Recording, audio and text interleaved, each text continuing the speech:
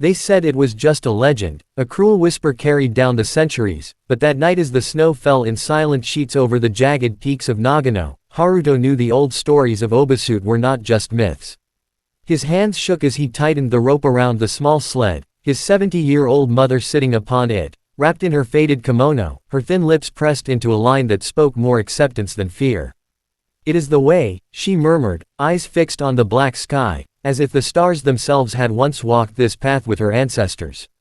Haruto had grown up hearing the tale, how, in times of famine, villagers would carry their elderly mothers high into the mountains to die, believing their sacrifice would spare the young from starvation. It was said the old women left without protest, sometimes even breaking twigs along the way so their sons could find their way home. But now it was no famine that drove Haruto, it was the unspoken pressure of a village still chained to tradition, a silent demand passed through generations like a curse. The higher they climbed, the colder the air became, until Haruto's breath emerged in heavy, ghost-like clouds. His mother's voice was a faint ember in the frost, telling him stories from when he was a boy, how she'd carried him on her back through typhoons, how she'd sung him to sleep when the wind rattled the walls. Each memory struck him like a knife, yet his feet kept moving, because stopping would mean facing the wrath of elders who believed mercy was weakness. By the time they reached the summit, the world was a white void, the moon casting long shadows over the frozen ridges. Haruto set down the sled, his knees sinking into the snow, and for the first time that night, he dared to meet her eyes. They were calm, deep pools of night, holding no anger, only the weight of countless mothers before her. "Go," she whispered, her voice trembling with the cold but steady in purpose.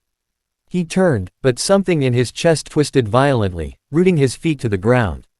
He saw her hand reach into the snow, breaking a small branch and laying it gently behind her.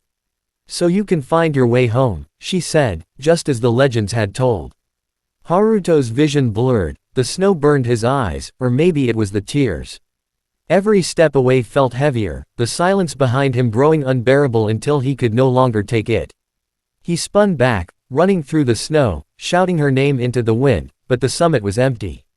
Only the branch remained, half buried, a fragile marker of where love and duty had collided.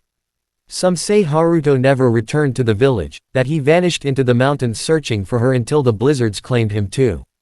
Others claim they saw a figure, old and bent, walking down the path years later, her hair white as the snow, her eyes holding secrets that no one dared to ask about.